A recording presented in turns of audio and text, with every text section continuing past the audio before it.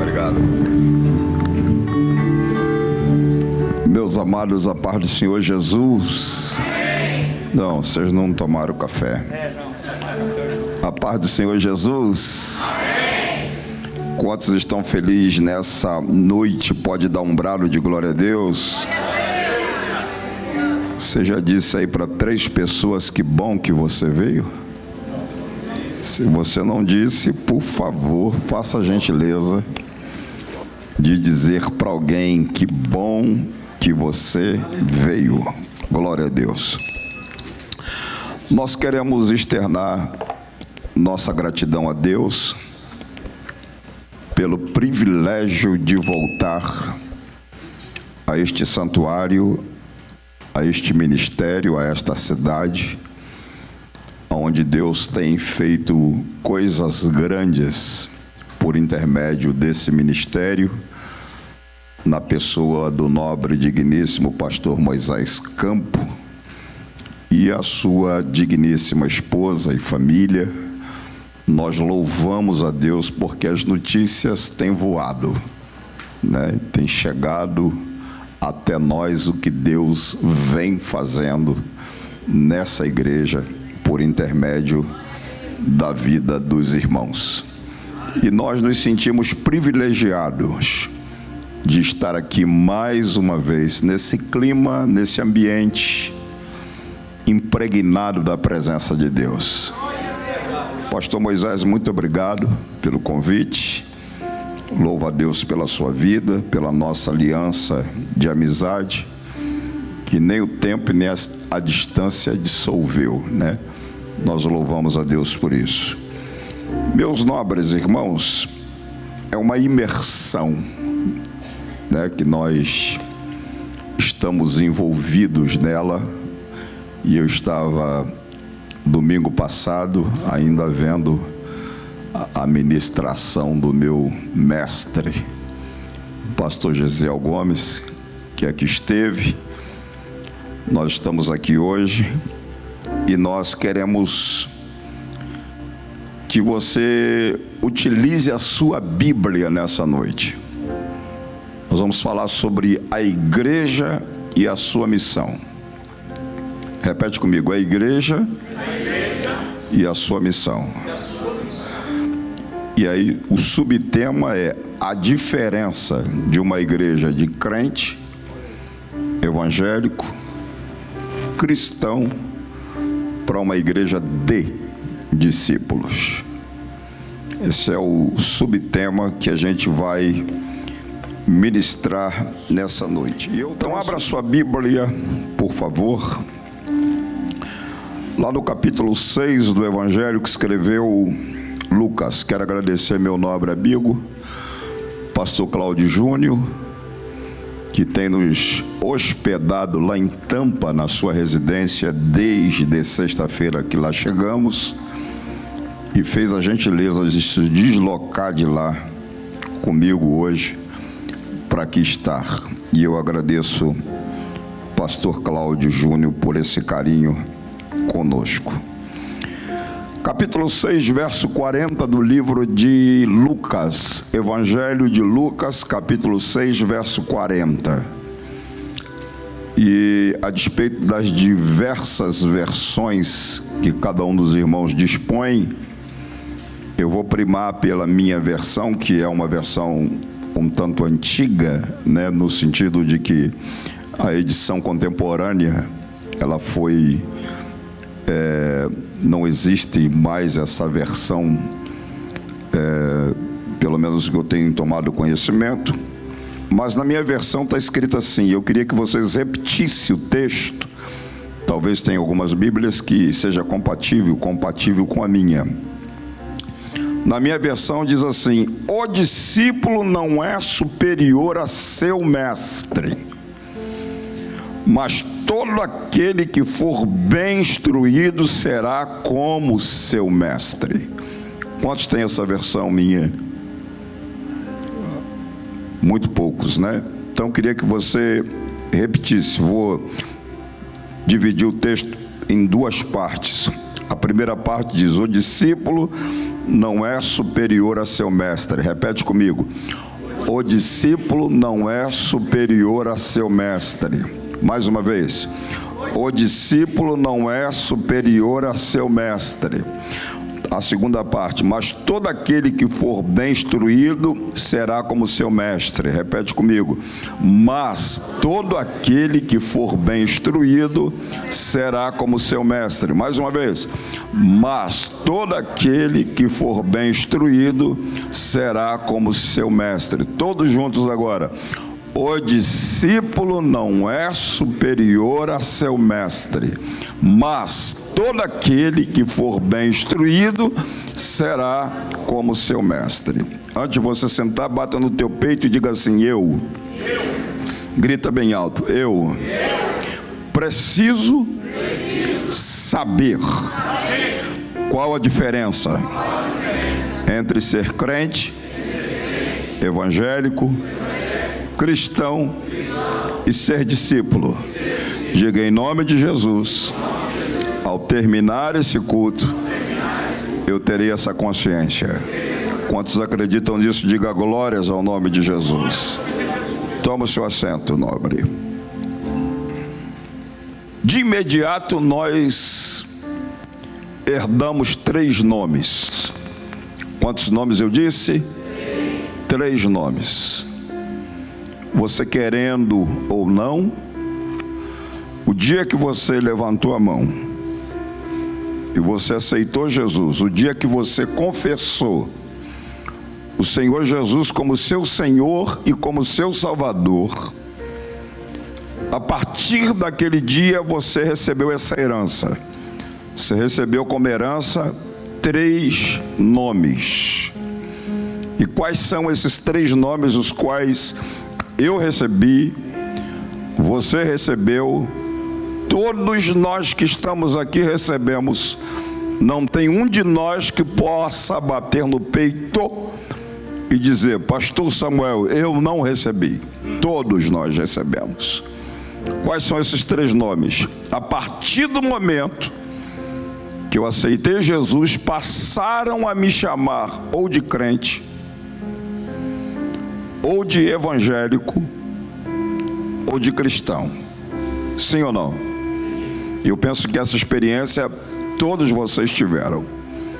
Todos nós obtivemos tal experiência. No entanto, há um fato verídico.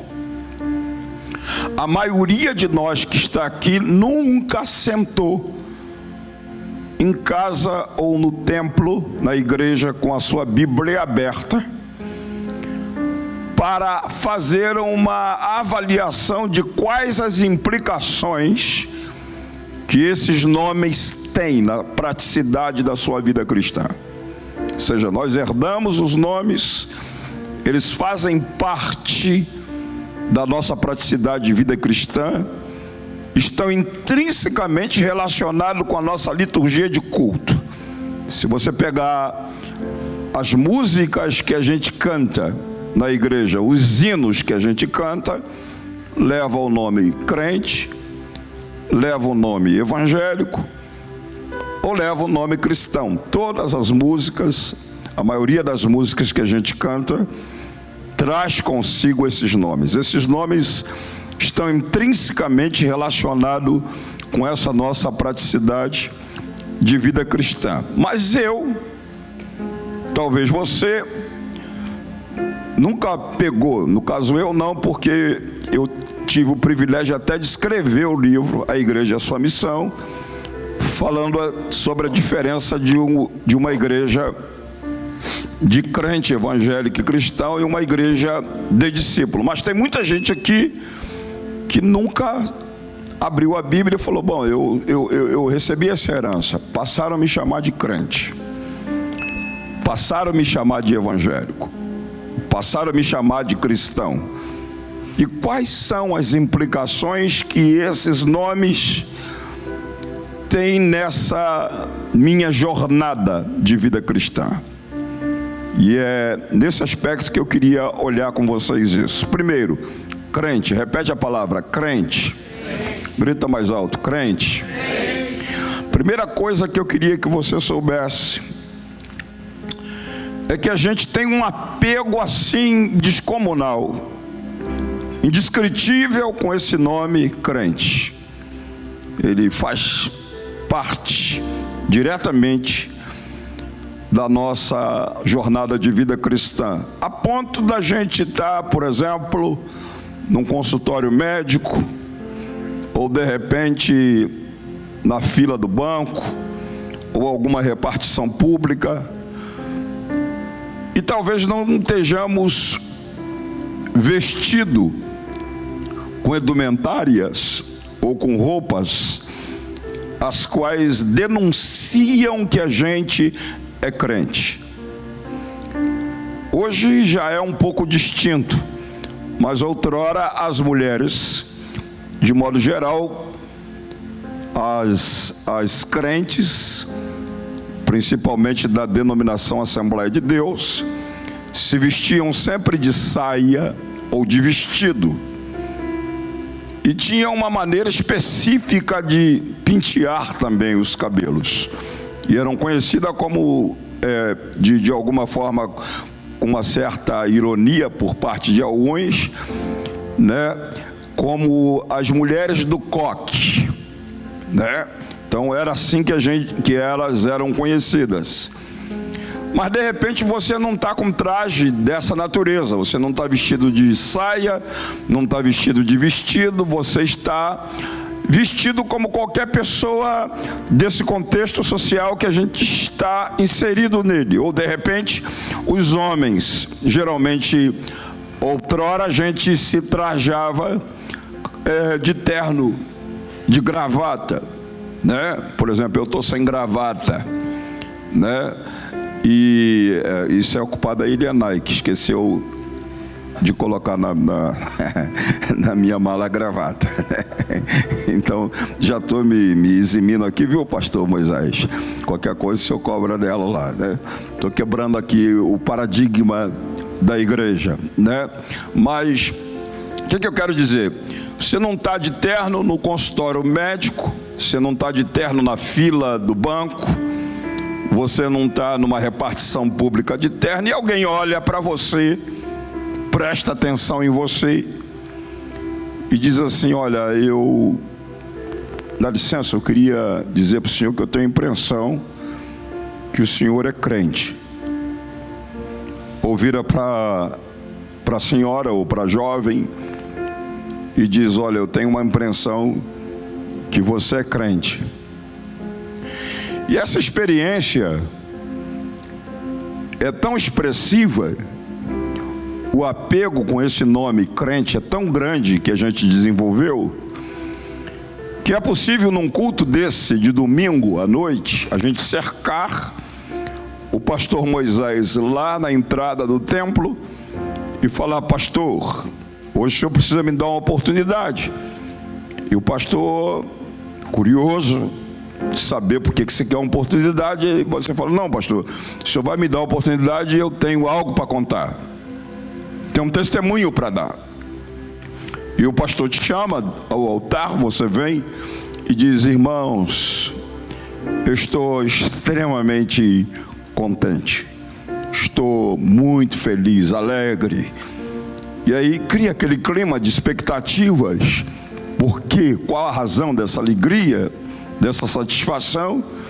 E de repente você diz: olha, eu estava na fila do banco, eu estava no consultório médico, na minha dentista, no meu dentista, aguardando a minha vez para ser atendido, e eu não estava com a Bíblia, e não estava também com trajes que retrata que eu sou uma serva de Deus, um servo de Deus, mas alguém olhou para mim, fixou os olhos em mim e disse: olha, você é crente. E eu fiquei maravilhado, e por isso eu pedi o pastor para dar um testemunho dessa experiência.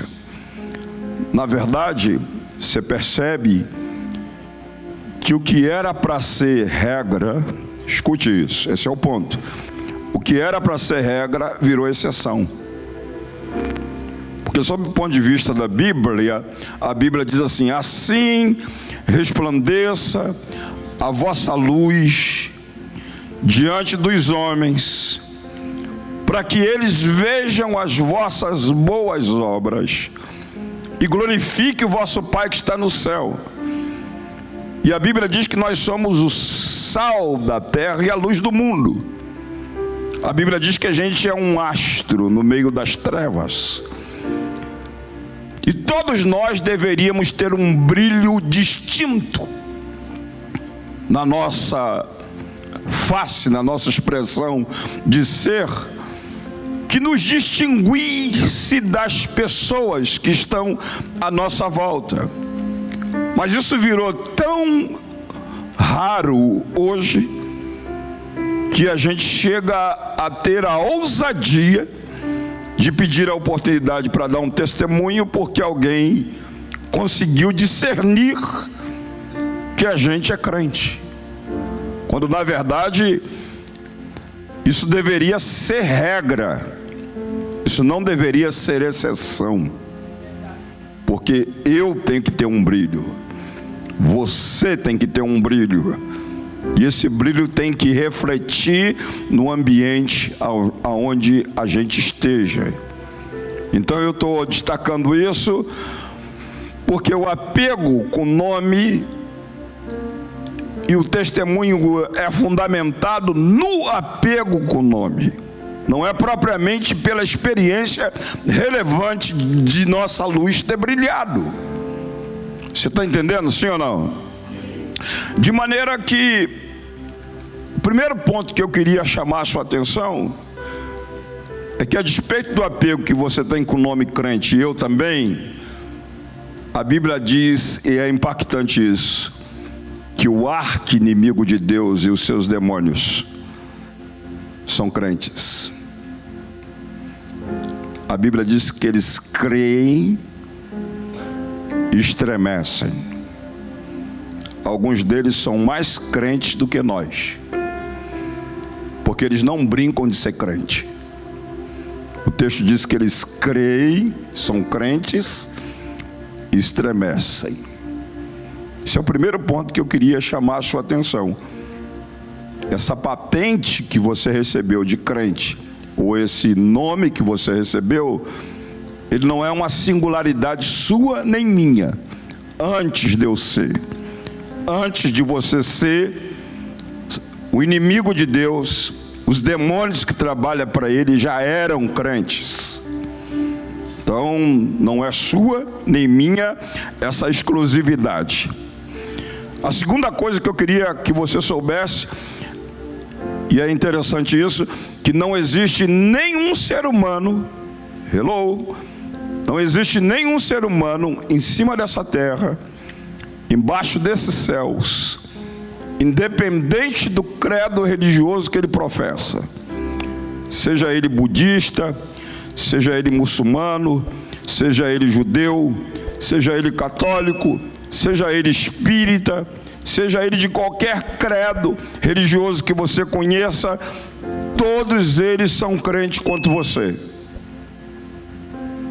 Aí você se assusta e diz: pastor, o que o senhor está me dizendo? Sim, vou provar a você à luz da Bíblia.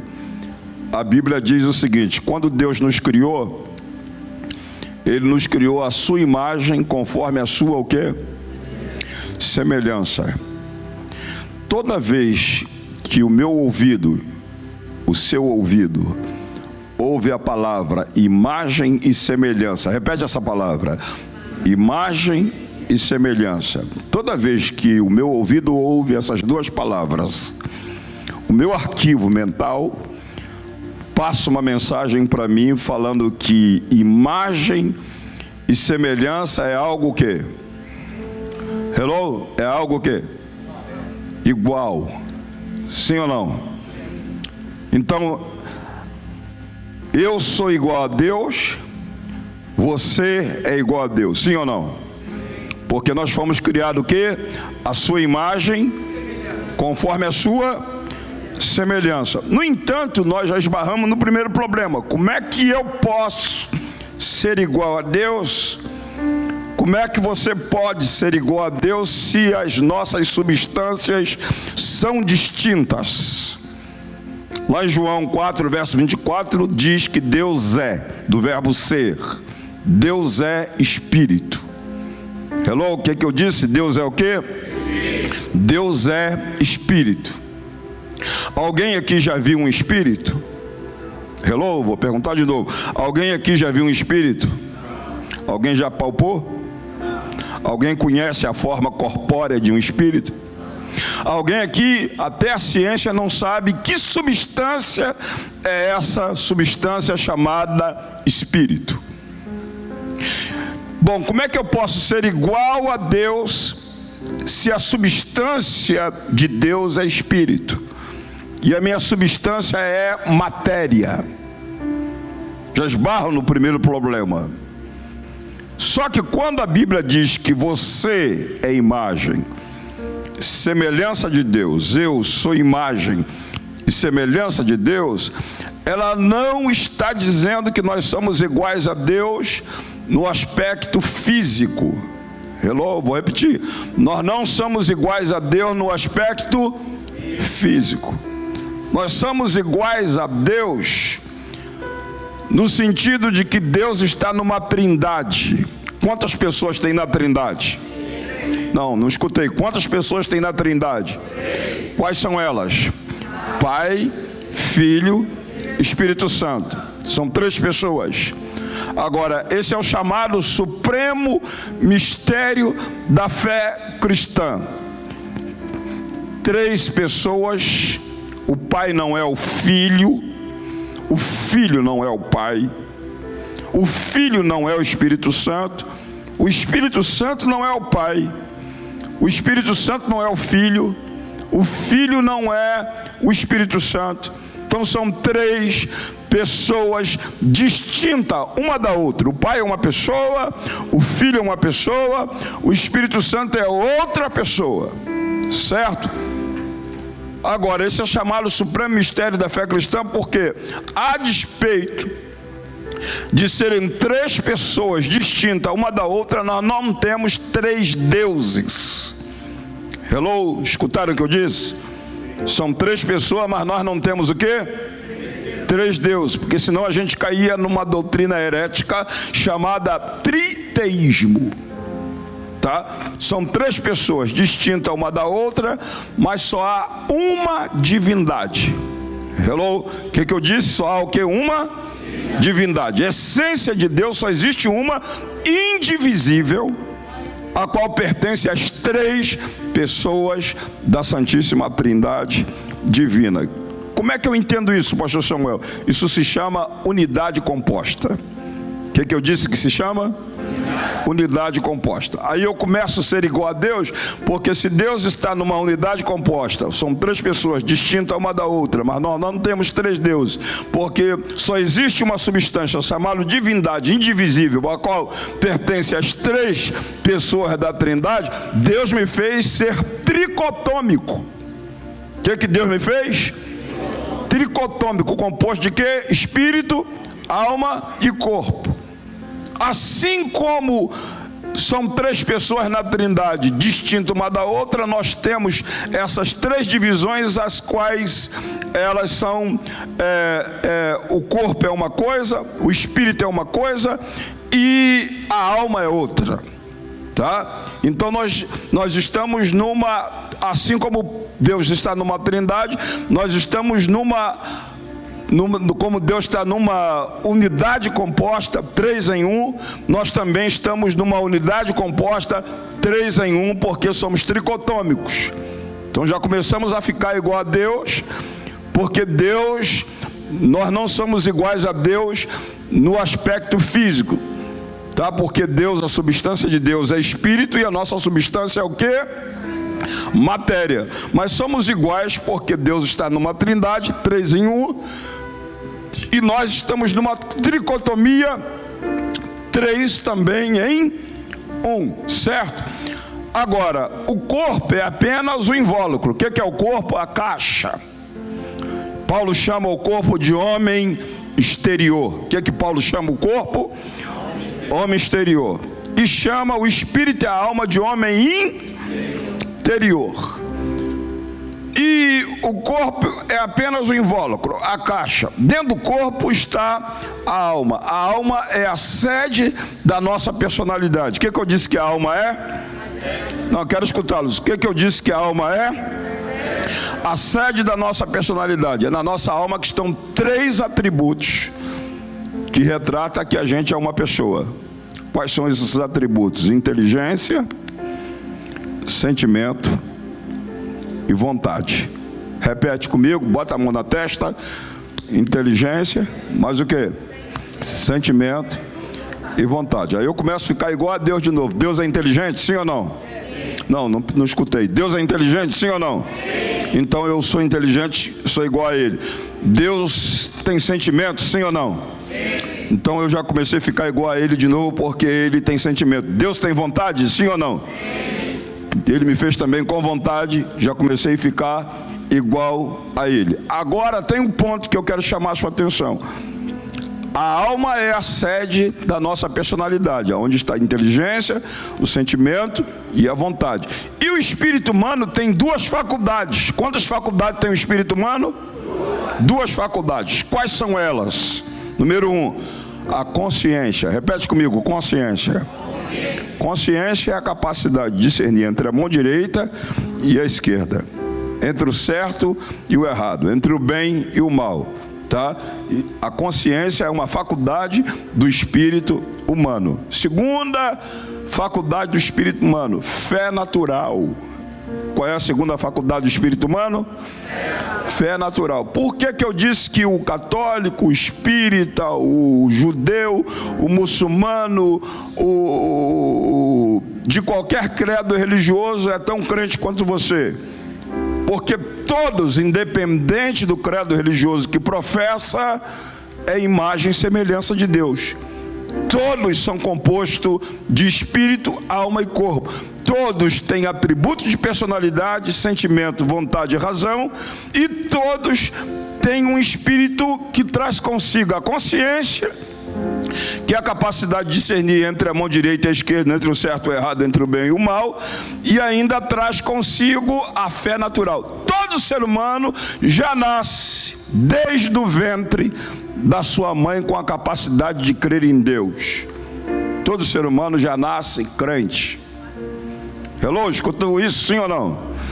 Todo ser humano já nasce o quê? Crente. Então o cara que é espírita, o cara que é muçulmano, o cara que é católico, o cara que é judeu ou de qualquer credo religioso, ele é tão crente quanto você. Agora tem uma diferençazinha. Qual é a diferença, pastor Samuel? Eles são crentes porque eles nasceram com a fé o quê? Natural, com capacidade de crer em Deus desde o ventre da mãe deles, ou da nossa mãe, tá? Aí você vai entender por que Paulo escreveu dizendo assim: aprove a Deus salvar os crentes pela loucura da pregação. O que Paulo queria dizer com isso? Parece uma redundância. Eu já sou crente, então eu já sou salvo. Não, Paulo está dizendo assim: aprove a Deus salvar as pessoas que já nasceram desde o ventre da sua mãe com a capacidade de crer em Deus. Aprove a Deus salvá-los pela loucura da pregação. Aí Paulo escreveu em Romanos 10:17 que a fé vem pelo... Não escutei. A fé vem pelo ouvir. O ouvir vem pela palavra de Deus. Aí alguém prega para mim, alguém prega para você, e na medida que alguém está pregando, o que acontece? A fé vem. Hello? A fé vem pelo ouvir. Quando a fé vem pelo ouvir, eu aceito Jesus como meu Senhor. Você aceitou Jesus como seu Senhor. Aí Paulo disse: pela graça você agora é salvo. Como, Paulo? Por meio da... De quê? Por meio da fé. Aí Paulo diz assim: essa fé aí vocês não nasceram com ela. Essa fé aí é donativo, é dom, é presente, adquirido sem mérito. Então todas as pessoas que você conhece à sua volta são crentes. Só que elas são crentes porque têm a fé natural, que é uma faculdade do espírito humano, tá? Mas elas não têm o nome escrito no livro da vida, porque só tem o nome escrito no livro da vida quem ouviu a palavra. E a palavra trouxe a fé para a salvação, e pela graça nós fomos salvos por meio da fé. Aí isso é um dom, um donativo, um presente que eu adquiri sem mérito. Eu não merecia, você não merecia, e nós adquirimos essa fé. E essa fé garante o meu e o seu nome escrito no livro da vida. Levanta a mão e libera um brado de glória a Deus por isso. Então o que eu quero chamar a sua atenção com relação aos nomes que a gente herdou? Número 1, o que eu quero que você guarde? Crente até o diabo estremece. Sim ou não? Sim. 2, não existe nenhum ser humano de pele, carne, osso e músculo, igual você e eu, que não seja crente, porque todos já nascem desde o ventre da sua mãe com capacidade de crer em Deus, por isso são crentes. A única diferença é que eles são crentes, mas não tem o nome escrito no livro da vida. Só tem o nome escrito no livro da vida quem ouviu a palavra. E ao ter ouvido a palavra, brotou milagrosamente no coração deles uma fé que garante que pela graça nós fomos salvos por meio da fé. Amém? Então isso eu quero que você guarde, a primeira coisa em relação ao nome que a gente herdou. Segunda coisa que eu queria que você guardasse, repete comigo: evangélico. Não, tá fraco, diga evangélico. Bata no peito e diga: esse foi o segundo nome que eu herdei. Diga: a partir do momento que eu aceitei Jesus, passaram a me chamar, número 1 de quê? Crente. Número 2 de evangélico, certo? Só que eu vou dar para você um livro meu de presente. Se você achar no Novo Testamento, de Mateus até Apocalipse, se você achar um texto chamando a gente no Novo Testamento de evangélico, eu te dou um livro. Não existe esse nome na Bíblia. Hello, você está me ouvindo, sim ou não? Sim. Nós só somos chamados de evangélico porque cremos no Evangelho. Hello, vou repetir. Só somos chamados de evangélico porque cremos no Evangelho e porque pregamos o Evangelho. Você vai achar na Bíblia Evangelho, mas você não vai achar na Bíblia evangélico. Deu para entender, sim ou não? Então você não vai achar de Gênesis a Apocalipse o nome evangélico. Nós recebemos essa nomenclatura, as pessoas passaram a nos chamar de evangélico porque a gente prega o Evangelho e a gente crê no Evangelho. Esse nome não tem na Bíblia. Diga assim: esse nome que me chamam de evangélico não tem na Bíblia. Agora o terceiro nome, Atos 10, 26. Abra lá a sua Bíblia. Atos 11, 26. O que eu falei? Atos quanto? 11, 26. Atos capítulo 11, verso 26. Vamos olhar esse texto.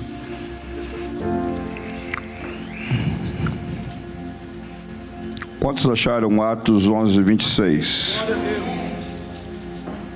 O que está escrito no texto? Vamos, se estiver na tela, vamos lá, 1, 2 e 3, todos juntos, bem forte. Não, eu quero escutar a sua voz. 1, 2 e 3, todos juntos, bem forte.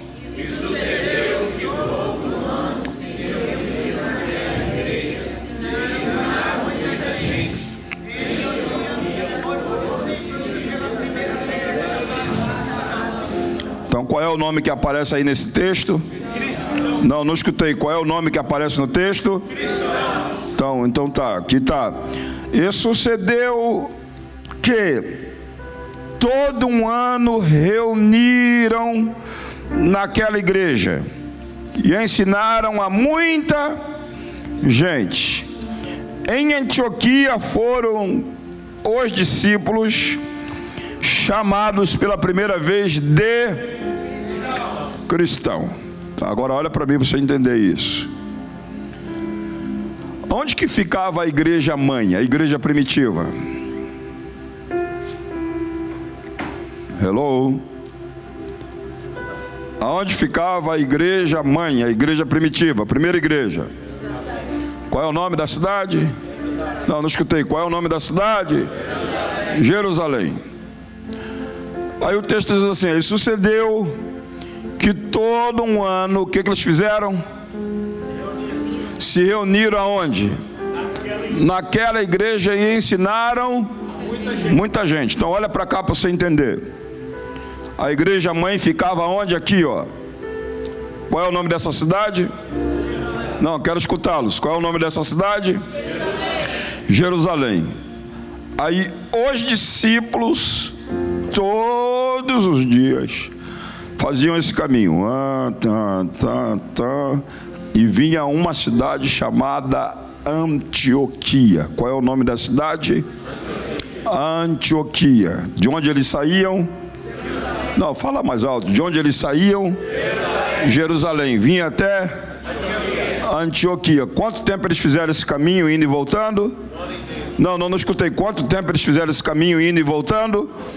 O ano inteiro.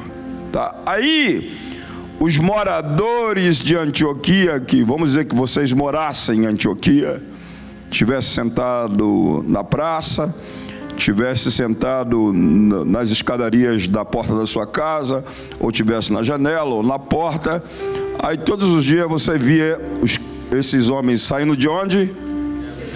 Jerusalém, e indo até Antioquia, indo e voltando. Antioquia até Jerusalém. Quando você morava lá, você ficou observando eles fazerem esse caminho. E ao observá-los, aí começou um cutucar o outro, dizendo: tá vendo esses caras que passam aí? Eles são o quê? Foram chamados pela primeira vez de quê? Cristão. Qual é o significado da palavra cristão? Qual é o significado da palavra cristão? Seguidor de Cristo. Repete comigo. Qual é o significado da palavra cristão? Seguidor de Cristo. Então eles olharam e disseram: esses caras aí, ó, são seguidores de Cristo. Cristão significa seguidor de Cristo. Só que ao longo dos anos eu aprendi, você também aprendeu, que esse nome dentre os três é o mais nobre, é o mais relevante, é de um significado altamente forte, ser chamado de seguidor de Cristo. Sim ou não? É um nome de grande relevância, sim ou não? Sim ou não? Sim, né? Só que dos três é o nome que menos tem peso na Bíblia. Hello? O que eu disse? Dos três é o nome que menos tem o quê? Peso na Bíblia. Aí você me pergunta: por quê, pastor? Porque esse nome não veio de dentro da igreja, veio de fora, da boca do ímpio, em tom de escárnio, em tom de zombaria, não de elogio. Não chamaram eles de seguidores de Cristo em tom de elogio, mas em tom de escárnio e de zombaria. Como o nome não veio de dentro, veio de onde? Veio de fora, da boca do ímpio, ele não tem peso doutrinário na Bíblia. Porque tudo na Bíblia, para ter peso doutrinário, tem que ter saído de 3 fontes. Quantas fontes eu disse? 3 fontes. Você só vai achar na Bíblia o que é doutrina na Bíblia se sair dessas 3 fontes. Número 1, da boca dos profetas. Número 2, da boca de Cristo, de Jesus. Número 3, da boca dos apóstolos. que você ler na Bíblia, se você quer considerar como doutrina, ou tem que ter saído da boca dos profetas, ou tem que ter saído da boca do próprio Jesus, ou tem que ter saído da boca dos apóstolos. Se não saiu dessas três fontes, não é doutrina. E esse nome não saiu da boca dos profetas, não saiu da boca de Jesus e nem da boca dos apóstolos. Veio da boca de quem? Do ímpio, que chamou eles de seguidores. Quem se lembra no Brasil? Quem já morou no Brasil e se lembra dos ar livres que a gente fazia à tarde, 2, 3 horas da tarde, a gente ia para a praça. Eu cansei de ir. E cansei de ir até eu e Elianais sozinho, com a caixinha de som. E a gente ligava lá e começava a pregar na praça. Quando a gente passava, 2 da tarde, de terno, gravata, calor do Rio de Janeiro, 40 graus. Aí o povo gritava: ô irmão, ó Bíblia. Ele estava elogiando a gente? Estava fazendo o quê? Escarnecendo, debochando. Então foi a mesma coisa. Os discípulos foram chamados de cristãos, seguidores de Cristo, em tom de escárnio, de zombaria. Tá? Conclusão disso. Por quê, pastor, que esse nome não tem peso doutrinário? Porque para ter peso, teria que ter saído da boca dos profetas, da boca de Jesus ou da boca dos apóstolos. Mas veio de fora da boca do ímpio. Tá? E aí você vai perceber uma coisa. A palavra crente, se quiser anotar isso, é importante. A palavra crente aparece na Bíblia 19 vezes. Quantas vezes eu disse? 19 vezes. Vou repetir de novo. A palavra crente aparece na Bíblia quantas vezes eu disse? 19 vezes. A palavra evangélico aparece na Bíblia quantas vezes? Nenhuma vez. A palavra cristão, que deveria ser o nome que norteava Mateus, Marcos, Lucas, João, Atos e até Apocalipse, deveria ser a palavra, porque o nome é nobre, o significado é relevante. Seguidor de Cristo, certo? Como não tem peso doutrinário, sabe quantas vezes aparece a palavra cristão no Novo Testamento? Sabe quantas vezes? Vocês querem saber, sim ou não? Sim.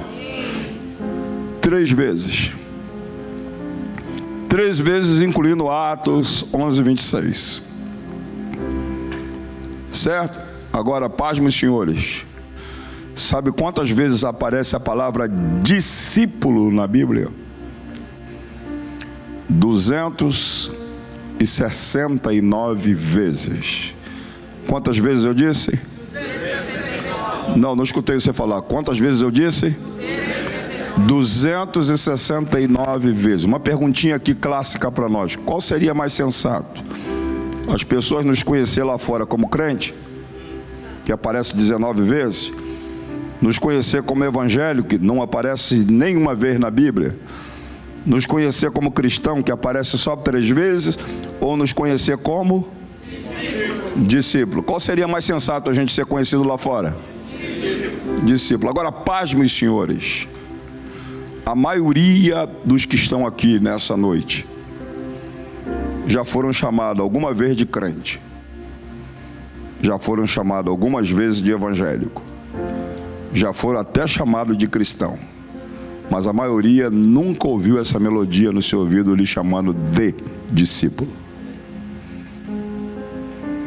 Escutou como é que é grave a situação? E o mais agravante é que Jesus nunca disse ide fazer crente. Jesus nunca disse ide fazer evangélicos. Jesus nunca disse ide fazer cristão. O que ele disse? Ide fazer o quê? Discípulo. Aqui começa a inversão de valores da igreja do século 21. Nós estamos fazendo crente, estamos fazendo evangélicos, nossas igrejas estão cheias de cristãos, mas o número desse tamanhozinho de discípulos. Essa imersão tem um propósito. Não, eu vou gritar de novo no seu ouvido. Deus não planejou essa imersão por acaso. Deus está de olho nessa igreja.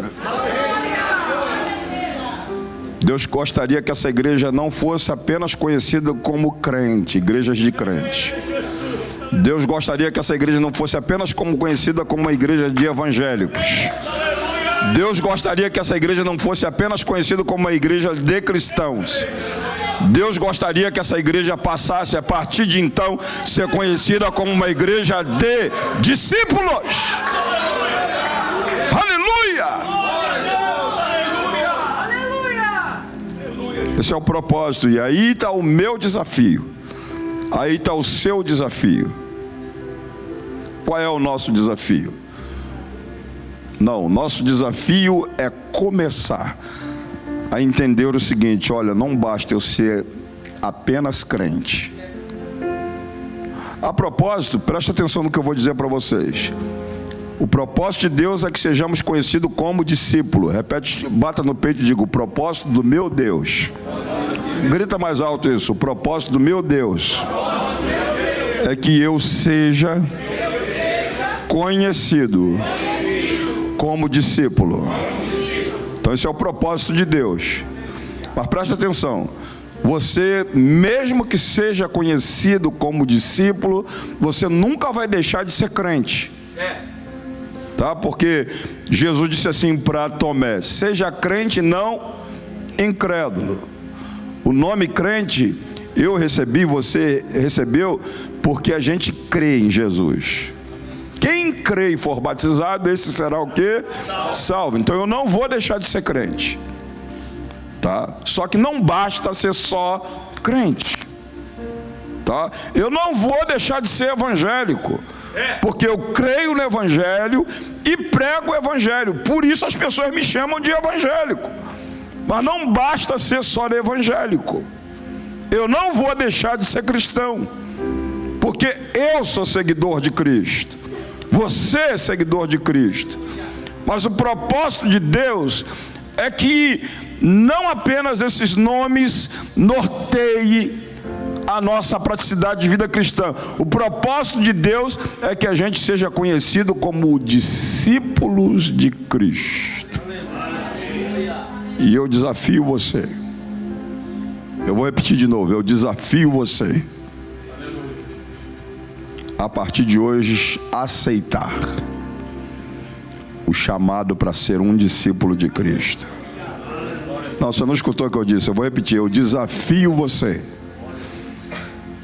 a partir de hoje aceitar o desafio para ser um discípulo de Cristo. E eu vou dizer para vocês o seguinte: Jesus morou aqui na terra 33 anos e 6 meses, lá na Palestina, na geografia de Israel. Quantos anos eu disse que Jesus morou aqui? Não, eu queria que você já ajudasse eu a pregar, né? Ele morou aqui quantos anos? 33 anos e 6 meses. De 33 anos e 6 meses, ele teve um ministério que teve uma durabilidade de quantos anos? 3 anos e meio, 3 anos e 6 meses. Quantos anos eu disse? 3 anos e meio. Em 3 anos e meio, ele lidou com 2 grupos de pessoas. Quantos grupos de pessoas eu disse que ele lidou? 2. Então vamos recapitular. Quantos anos ele morou aqui? Não, tem gente que não está falando. Quantos anos ele morou aqui? 33 anos e 6 meses. De 33 anos e 6 meses, ele teve um ministério que durou quantos anos? 3 anos e 6 meses. Em 3 anos e 6 meses, ele lidou com 2 grupos de pessoas. Quantos grupos de pessoas ele lidou? 2 grupos de pessoas. Aí eu quero que vocês entendam. Número 1, os discípulos. Repete comigo: os discípulos.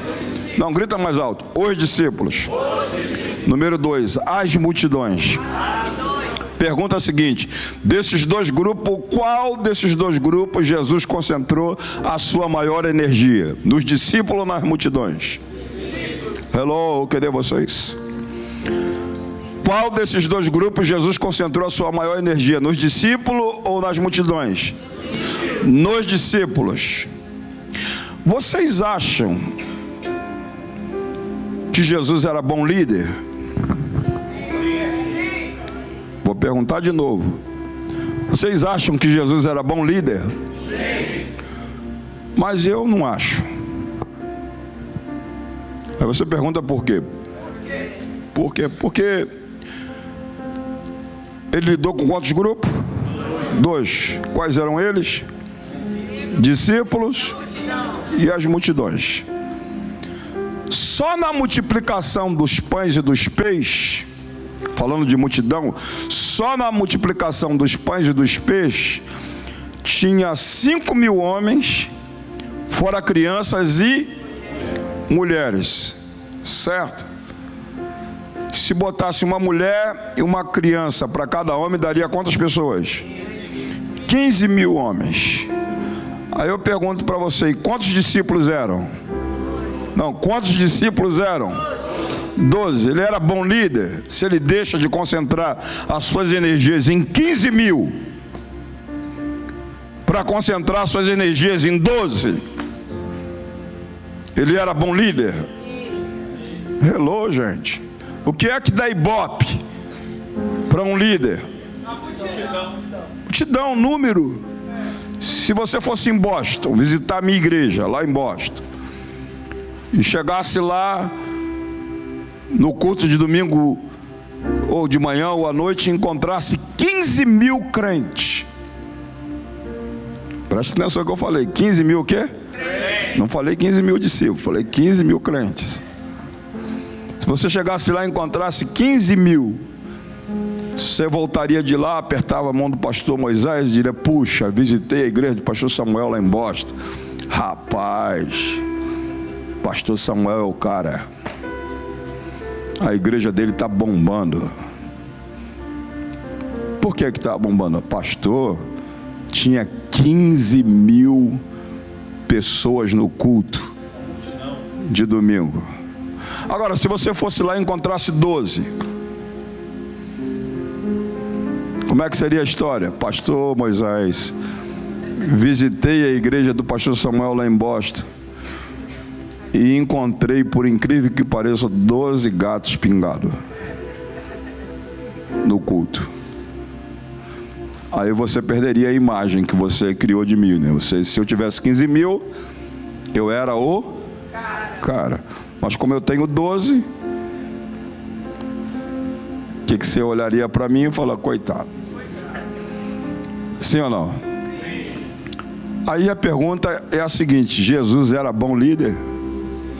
Se ele deixa de concentrar suas energias em 15.000 para concentrar energias em 12, ele era bom líder? Se o que dá ibope para um líder é quantidade, é número, é multidão, como é que vocês dizem que ele é bom líder? Aí eu vou provar para você por que ele concentrou as suas energias nos 12 e não nos 15.000. Queria 2 voluntários que viessem aqui no altar. 2 voluntários. Por favor, um com cara de discípulo, outro com cara de multidão.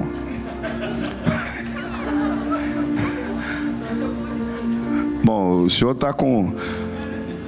Não sei, não vou falar nada. Vocês que vão julgar, né? Cadê? Tem mais um voluntário? Está vindo aqui um voluntário? Aí vocês que vão julgar. Qual dos 2 tem cara de discípulo? E chega para cá. Não, aqui é melhor porque a visão fica boa aqui. Chega para cá. Bom, olha para os 2 aqui. Qual dos 2 tem cara de discípulo e cara de multidão? Qual dos 2?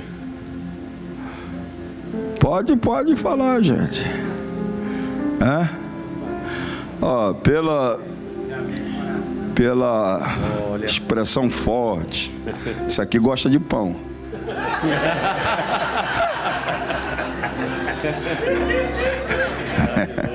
Tô brincando. Glória a Deus. Bom, é interessante. O senhor faça o seguinte: o senhor estica a mão assim. Isso. Segura aqui a Bíblia. Abre um pouquinho mais o braço, mais a mão para frente. Bom, ele vai representar os discípulos. e ele vai representar as multidões, tá? E aí eu vou fazer uma inversão para você entender melhor.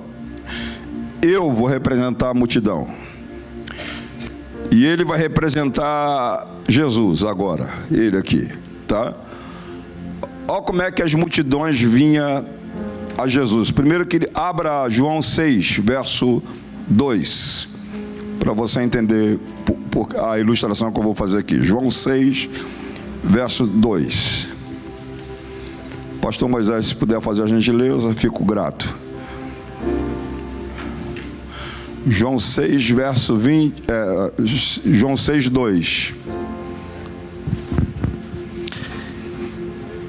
E grande multidão o seguia, porque via os sinais que operava sobre os enfermos.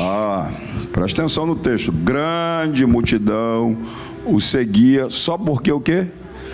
Viam os sinais que ele fazia na cura dos enfermos.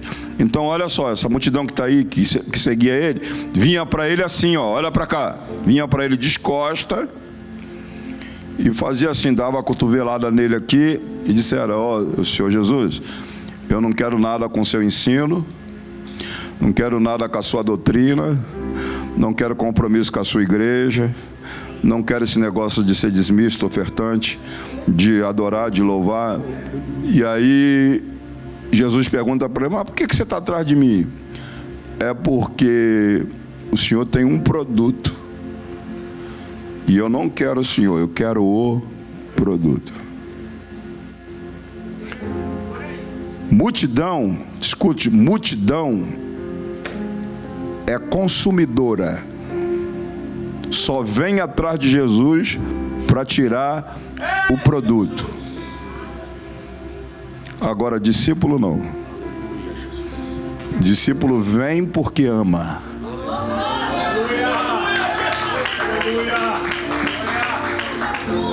Agora, presta atenção. Essa multidão que vem atrás de Jesus, ela é consumidora. Presta atenção, o espírito dela é de consumo.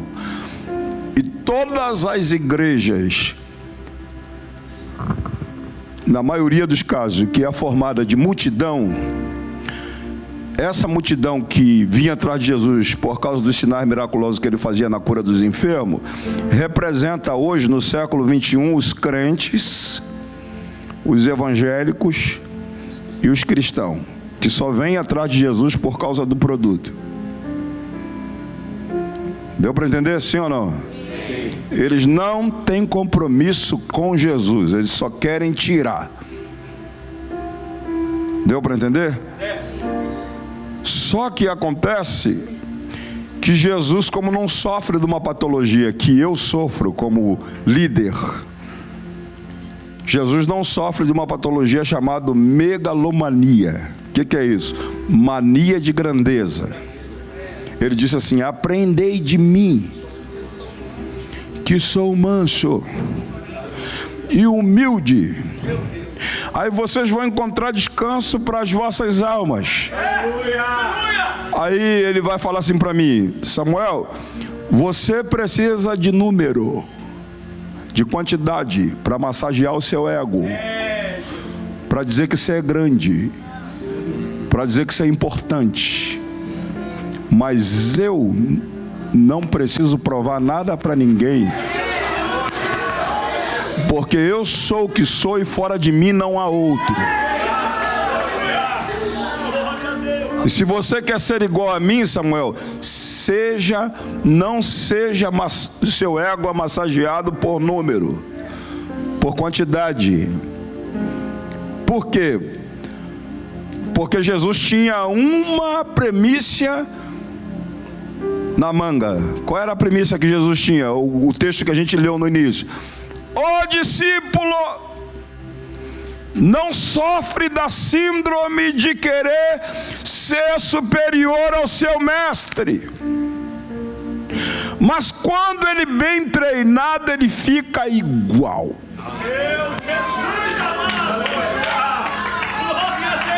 Aí o que Jesus fala? Esse povo que vem atrás de mim só por causa do produto, eles só tiram, não coloca nada no lugar, eles são consumistas.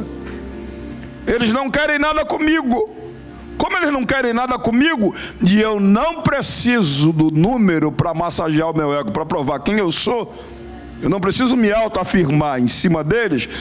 Me dá licença, eu vou concentrar minhas energias aqui,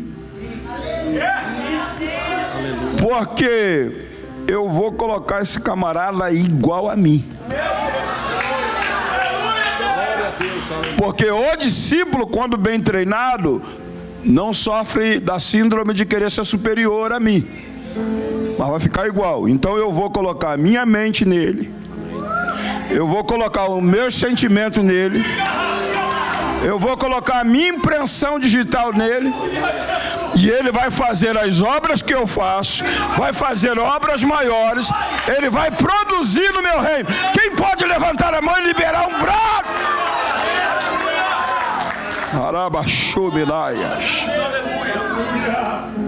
Então, se você só vem na igreja para tirar, se você só vem na igreja atrás da bênção, do carro zero, da casa própria, da cura, da prosperidade, você é crente, você é evangélico, você é cristão, ainda é consumista.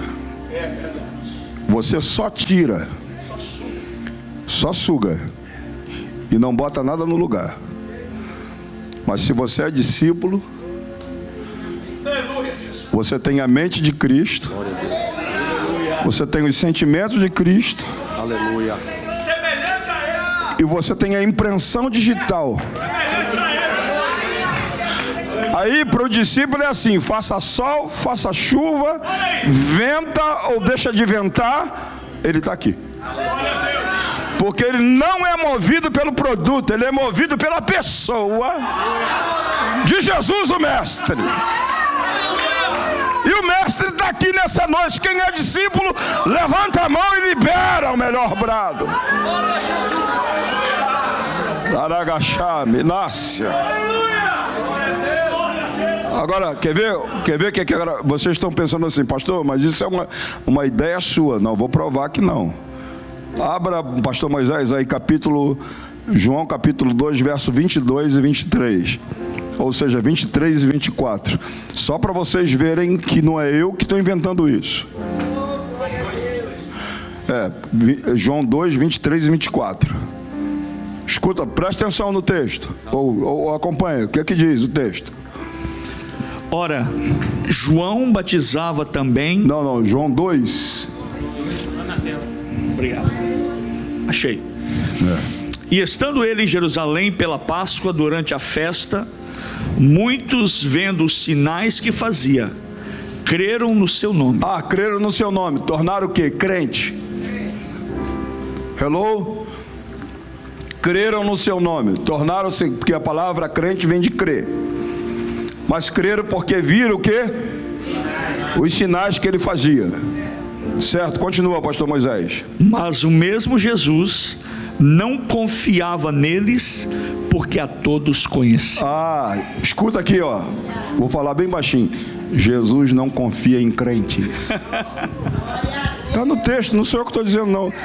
Mas o Senhor Jesus não confiava neles, porque eles só vinham para tirar. Jesus não é mero depósito de bens. Jesus é o nosso Mestre, é o nosso Salvador, que deu a sua vida no Calvário para a remissão dos nossos pecados. Ele me dando ou não me dando, eu estou aqui. Porque o mais importante, ele já me deu meu nome escrito no livro da vida.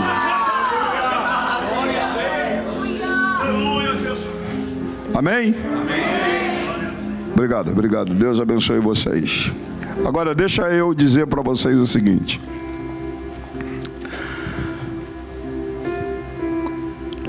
Quantos grupos Jesus lidou? 2. Quais eram eles? Discípulo e a multidão. Aí, O discípulo que era 12 passou para quantos? 70. No dia que Jesus inaugurou a igreja lá em Jerusalém, no dia de Pentecoste, o número lá era de quantos? Quase. Hello, quase. Hello, quase. O quê? Quase 120. Agora presta atenção, era quase 120, não era quase 120 crente, quase 120 evangélico, quase 120 cristão. Não, era quase 120 o quê? Discípulo. Porque presta atenção, Paulo disse que quando Jesus deu a ordem, eram 500 irmãos. Está lá no livro de 1 Coríntios. Paulo fala que era 500 irmãos. Mas Jesus disse: ficai em Jerusalém até que do alto sejais revestido de poder. Dos 500, quantos foram para Jerusalém? Hein? Quase 120, porque a ordem foi: ficai em Jerusalém até que do alto sejais revestido de poder. E o texto diz que eles ficaram em oração. Crente não gosta de orar. Evangélico não gosta de orar. Cristão não gosta de orar. Então 380 não foi. Mas quase 120 ficaram. Mas era quase 120 discípulos. Aí Jesus, estou parafraseando, Jesus coloca um outdoor na cidade de Jerusalém, anunciando assim: inauguração da igreja do Rabi, da Galileia. No dia de Pentecostes será inaugurado a igreja de Jesus. Aí o pastor dos 15 mil, estou parafraseando isso, não está na Bíblia, depois você vai procurar e não vai achar.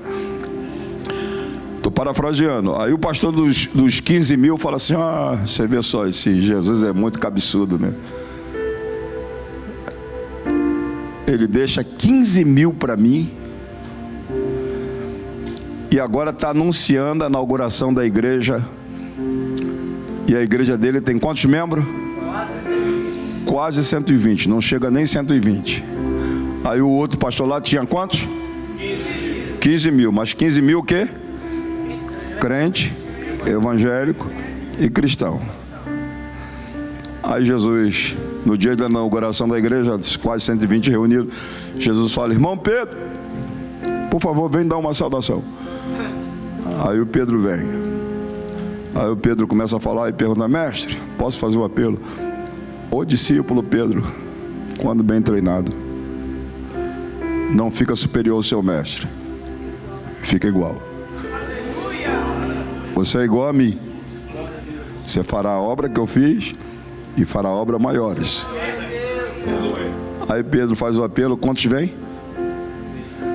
Quantos vem? Um discípulo bem treinado produziu quase 3 mil discípulos. Hello, quantos mil? Quase 3 mil discípulos. Não é crente, evangélico e cristão, discípulo. Aí no capítulo 3, um paralítico é curado na porta do templo. Aí chega no capítulo 4, diz que o número passou a 5 mil. Quantos mil? 5 mil, presta atenção, 5 mil não é crente, evangélico e cristão. 5 mil o quê? 5 mil discípulos. Quer provar isso? Atos 6, verso 1, a primeira parte, pastor. Atos 6, verso 1.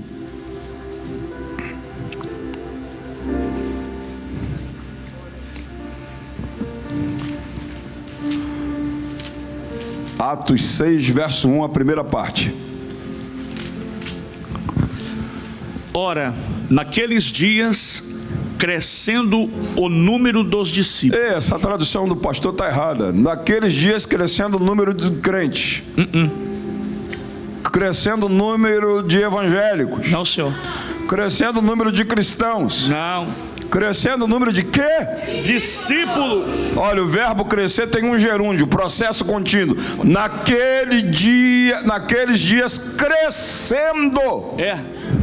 O número de discípulo. O número de discípulo. discípulo. Se no capítulo 4 o número já era quanto? 5.000. Aí o texto no capítulo 6 está dizendo, crescendo, processo contínuo. Todos os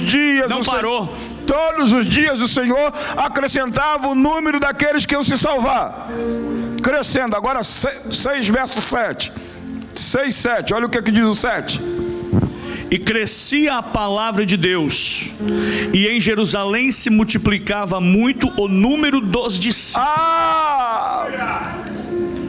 Crescendo o número em Jerusalém, crescia a palavra de Deus, e em Jerusalém se multiplicava o número de crentes, evangélicos, cristãos, multiplicava o número de discípulos.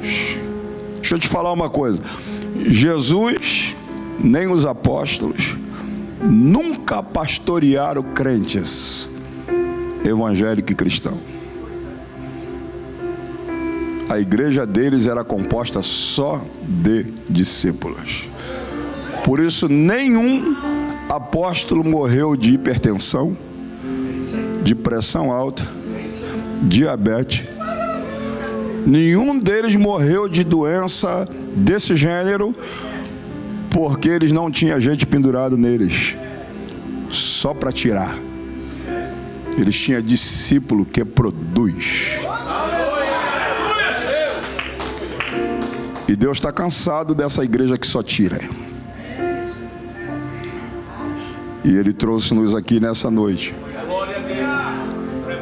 para dizer para nós: eu quero que vocês sejam uma igreja de discípulo.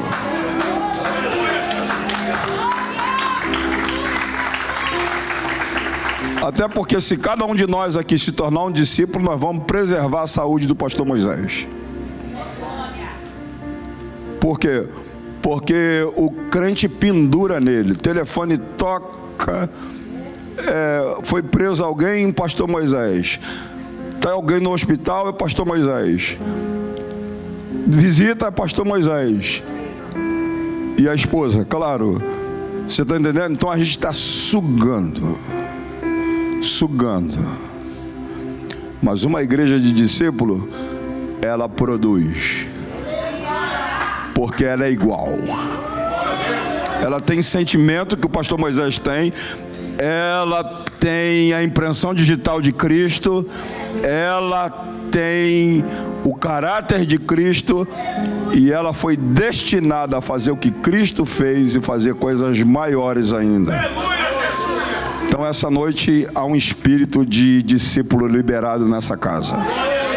Eu vou profetizar de novo: há um espírito de discípulo liberado nessa casa. Aí a pergunta que eu quero fazer para vocês: bata no peito e diga assim: pastor, fala, pastor, eu gostaria de sair daqui nessa noite sabendo se eu sou meramente crente, evangélico, cristão, ou se eu sou um discípulo. Quantos querem saber disso? Amém? Você quer sair daqui dizendo assim: não, talvez você esteja em dúvida agora, afinal de contas, eu sou só crente, evangélico, cristão, ou eu já galguei esse status de discípulo? Então vamos conferir isso? Abra a Bíblia em Lucas capítulo 9. Já estou fechando já a ministração. Lucas capítulo 9. Lucas 9, verso de número 23. Pastor Moisés, por gentileza. 9, 23. E dizia a todos... Peraí. Todos repetem essa frase aí que ele repetiu. Só esse pedacinho aí. Diga aí, pastor, de novo. E dizia a todos... Gritam bem alto, bem forte essa palavra. Não escutei. Todos bem forte. Ah, tá. Olha para cá. Quantos grupos Jesus lidou? 2. Qual era o primeiro grupo? Discípulo. Qual era o segundo grupo? Multidões. Jesus concentrou suas energias nos discípulos ou nas multidões? Nos discípulos. Aí quantas pessoas tinha só na multiplicação dos pães e dos peixes? 15 mil. Vamos dizer que o diabo tivesse, numa linguagem assim popular, o diabo tivesse, epa, que legal, ele está concentrado em 12, agora a igreja dele chegou a 70, a igreja dele chegou a quase 120, e ele deixou 15 mil para mim, que anda atrás dele, mas ele não está dando atenção para eles, porque eles só tiram. Eles são consumistas, então deixou para mim. Aí um dia Jesus olhou e falou assim, peraí, não vai ficar nada para o diabo. Não, vou repetir, não vai ficar nada para o diabo. Aí um dia ele ficou na frente dos 15 mil e gritou.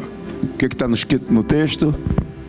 Se alguém quer... Não. O que ele gritou no início? O que ele disse? E dizia a todos. Ele gritou para todos. Ei, vocês aí que só vêm atrás de mim para tirar o produto, só vêm porque viu os sinais, os milagres que eu faço. Vocês não estão cansados não de ser só crente, evangélico, cristão? Vocês não querem dar um passo hoje e se tornar meus discípulos? Aí o texto diz, então disse a todos. Jesus está aqui nessa noite, sim ou não? Vou repetir, Jesus está aqui nessa noite, sim ou não? E ele sabe que nem todos nós aqui somos discípulos. E talvez ele esteja aqui e dizendo a todos que estão aqui, dizendo, olha, se vocês estão cansados de ser só crente, evangélico e cristão, eu estou dizendo a todos. E o que ele está dizendo a todos? Repete aí, pastor Moisés.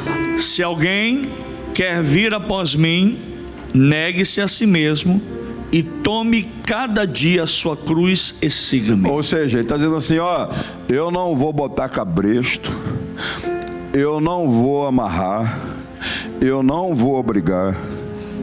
Eu estou perguntando se alguém, olha só a pergunta, se alguém voluntariamente, depois de ouvir essa exposição da minha palavra, que Deus está interessado numa igreja de discípulos, não meramente de crente, evangélico e de cristão. Se alguém quer, eu não estou obrigando, não vou ameaçar, botar no leito, matar, provar, não. Eu estou dizendo, se alguém quer voluntariamente vir após mim, ser meu discípulo, o que tem que fazer?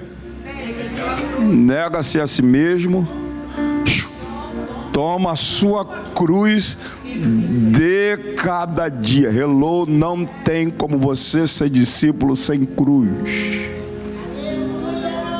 Hello, vou repetir, não tem como você ser discípulo sem cruz.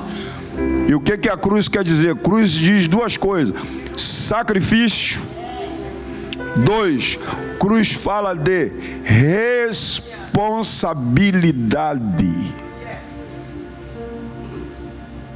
Então ele está aqui, sacudindo você e eu. Ele está aqui, está dizendo assim: se alguém de vocês quer vir após mim, vocês vão ter que negar a si mesmo e vão ter que pegar a cruz de cada dia e fazer o quê? Me seguir. Agora vamos ao outro texto para vocês entenderem. Já estou fechando aqui. Vamos ao o capítulo 14, pastor Moisés. Verso 26, depois o 27, depois o 33. Nós vamos ver o 26. Verso 26. O que diz aí, pastor Moisés?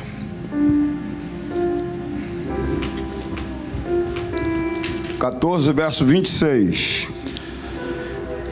Pois se nem ainda podeis... Não. 14. Está no 12. Verso... Olha ali. Se alguém vier a mim... peraí.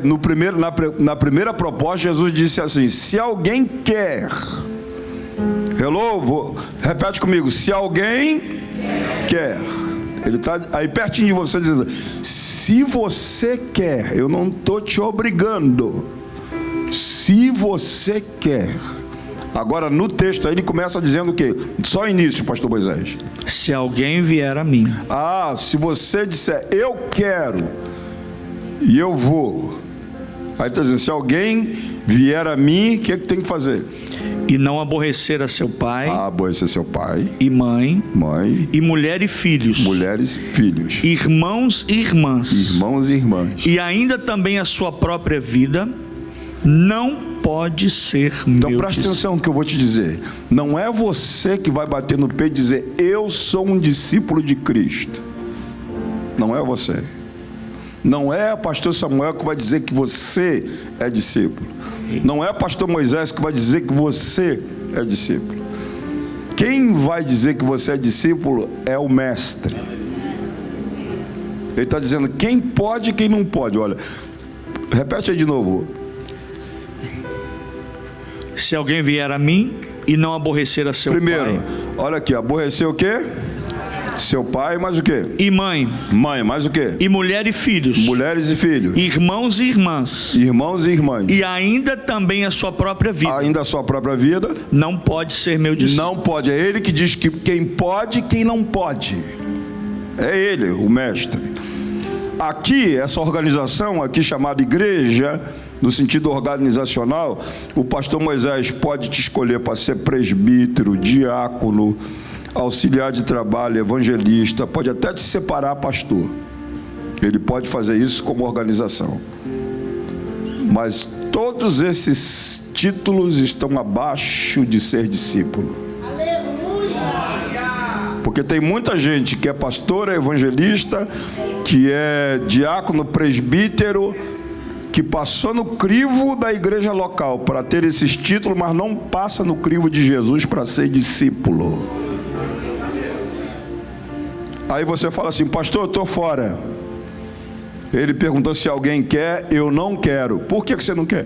Não, porque eu não vou me incompatibilizar com a minha família para ser discípulo de Jesus. Porque ele está dizendo que tem que aborrecer o quê? Pai e mãe. Mãe, irmão, irmã, mulher, filhos, a sua própria vida. Aí você diz assim: eu não vou me incompatibilizar com a minha família. Peraí.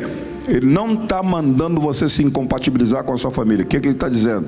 Ele está dizendo o seguinte: se você quer e disser eu quero, Senhor Jesus, ser seu discípulo, ele está dizendo, então eu não aceito concorrência com o seu pai, com a sua mãe, com a sua mulher, com a sua irmã, com o seu irmão, e nem com seus filhos, nem com a sua própria vida. Eu tenho que ser prioridade. Jesus, aleluia! Aleluia! Aí eu vou fazer a pergunta clássica: você ainda quer? Não, eu vou repetir de novo: você ainda quer? Então vamos ao verso 33, porque o 27 a gente já leu. 33. Assim, pois, qualquer de vós que não renuncia a tudo quanto tem, não pode ser meu discípulo. Aí você diz: estou fora, pastor. Eu não vou renunciar meu salário, não vou renunciar os meus bens, não vou renunciar o meu status para ser discípulo. Não, ele não está pedindo para você renunciar, para você pegar a sua casa, dar para ele, seu carro. Não, ele está dizendo nada disso. O que ele está dizendo é o seguinte: ele não mandou você comprar aquele carro e colocar lá um adesivo lá no carro dizendo: a serviço do rei. Só o adesivo. Aí o pastor Samuel chegou lá no aeroporto de Tampa. Aí o pastor viu no seu carro o adesivo: a serviço do rei. Aí liga para você. Aí fala: ô irmão, o senhor podia buscar o pastor para mim lá no aeroporto de Tampa? Aí você faz biquinho. Aí Jesus olha para você e diz: eu não mandei você colocar lá, a serviço do rei. Ou seja, Jesus está dizendo assim: quem te deu o carro, Quem te deu essa casa? Quem te deu esse salário? Quem te deu a inteligência que você tem? Foi eu. Você é apenas mordomo do que é meu. Então, se é meu, quando eu precisar, você tem que colocar a meu serviço. Então, é nesse sentido que ele está falando de renunciar a tudo que tem. Por exemplo, voltando lá ao texto, renunciar a tudo, e voltando ao texto de aborrecer a própria vida. Aborrecer pai, mãe, etc. Que hora que o culto começa aqui? Que horas que o culto começa aqui? 5 horas, certo? 4h45, 5 horas. Que hora, quantos aqui são cruzeirenses? Ficou todo mundo de biquinho quieto. Quantos são atleticanos? Quantos são corintianos? Quantos são flamenguistas? Que horas que começa o jogo no domingo? 3, 4 horas, horário do culto. Tem culto que tem jogo que começa às 5 horas. Aí Jesus está aqui nessa tarde, sim ou não? Sim. Aí ele está dizendo, se alguém quer. Aí você fala, eu quero. Aí ele fala, vai ter que aborrecer seu pai, sua mãe, seu irmão, sua irmã, até a sua própria vida. A você mesmo. Então vai ter um jogo lá. Na hora de me oferecer culto e adoração ao meu nome. E eu não aceito concorrência com o Atlético. O Super Bowl tá vindo aí, o Super Bowl. Eu não aceito concorrência. Eu tenho que ser prioridade. Eu não botei cabresto em você. Você que disse que queria. E eu estou te testando porque é decisão. Aí... Jesus mora lá na sua casa, sim ou não? Amém. Aí você ligou a televisão no horário do culto, Jesus fala, será que eu vou perder pro Atlético? Deus, é desse jeito. Aí você vai lá e bota lá no recorde, gravar o jogo. Fala, vou gravar que eu assisto depois do culto. Mas eu vou continuar dando honra ao meu mestre. Quantos entenderam? Pode dizer amém? Amém. Aí, o culto começa a que hora? 5 da tarde. Aí chega lá a mãe e o pai, que o pai e mãe não precisa dizer o dia e a hora que vai na casa da gente. Aí chega lá 3 horas da tarde. Ou 4. Aí os meninos já estão tudo arrumados, de banhozinho tomado, e já roupinha no lugar para vir pro culto. Aí chegou a mamãe, aí ela olha lá na persiana, e bem, é papai, é mamãe, que tá lá na porta. Aí ele vai olhar, fala, realmente é mamãe e papai que está aí, seu pai e sua mãe. E quem manda lá, é você ou ela? Jesus, hein? Ela fala, tira esse terninho, vai lá para a churrasqueira, bota uma picanha lá para o papai e para a mamãe, para a gente queimar um churrasquinho para eles, porque faz tempo que eles não vêm aqui. Só que Jesus mora lá na sua casa, não mora? Aí você estava aqui hoje, e ele perguntou se você queria, você disse, eu quero. Aí como ele mora lá, ele vai falar assim para você, você se lembra que eu falei que não botava cabresto, que eu não te obrigava? Você que disse que queria. E eu disse que quem quisesse tinha que renunciar a si mesmo, negar, tomar a sua cruz de cada dia, aborrecer pai, mãe, aborrecer a sua própria vida. Aí você se lembra disso, você pega a chave e fala, sogro, sogra, sinta-se à vontade que o culto termina 8. Quando eu voltar, eu preparo um churrasquinho para o senhor. Se eu não preparar, eu levo o senhor na melhor churrascaria, mas eu não posso deixar o meu mestre me esperando, porque a prioridade é dele. E é isso que Jesus está dizendo, a diferença do crente, evangélico e cristão. O crente, o evangélico e o cristão vai ficar, mas se você é discípulo, você tem compromisso com seu mestre. Amém? E a pergunta seguinte é, quantos querem ser discípulo? Não, mas essa mãozinha assim não vou acreditar. Quantos querem ser discípulo? Pergunta seguinte que eu vou fazer: é fácil ser discípulo, sim ou não? Agora vem aqui, como vocês disseram que quer, Mateus 19, verso 29, pastor. Estou concluindo aqui. Mateus 19, verso 29.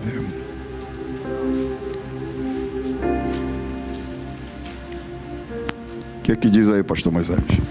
E todo aquele que tiver deixado casas, ou irmãos, ou irmãs, ou pai, ou mãe, ou mulher, ou filhos, ou terras, por amor do meu nome, receberá 100 vezes tanto e herdará a vida eterna. Deixa eu falar para vocês uma coisa. O dia que a igreja entender o chamado para ser discípulo, Deus muda o status social da igreja. É verdade. Não, você não entendeu, vou repetir. Jesus disse: ninguém que haja deixado casa, pai, mãe, irmão, por causa do meu nome, para me seguir, que eu não tenha compromisso. Tem uma tradução que diz assim: que eu não tenha compromisso de recompensá-los 100 vezes mais nesta vida. Aí vem um adendo: ainda o direito de vida eterna. Todas as nossas necessidades está fundamentado no fato da gente ser só crente, evangélico e cristão. Crente, evangélico e cristão tem que correr atrás da bênção. Discípulo, a bênção agarra no pé dele. Aleluia, Jesus! E se você se tornar um discípulo de Cristo nessa noite, você vai sair daqui debaixo da promessa de ter acrescentado em cima do que você já tem 100 vezes mais, ainda o direito de vida eterna. E eu não vou obrigar você a sair de onde você está, porque Jesus disse: se alguém quer, e Ele está aqui. E eu queria ver os que querem vir aqui. Eu tenho de ser transformado, preciso tanto do teu perdão, dai-me um novo coração. Eu quero só escutar os discípulos. Dai-me um coração igual ao teu, meu mestre. Dai-me um coração igual ao teu, coração disposto a obedecer, cumprir todo o teu querer. Ó, dai-me um coração igual ao seu. Dá um aplauso bem forte ao Senhor.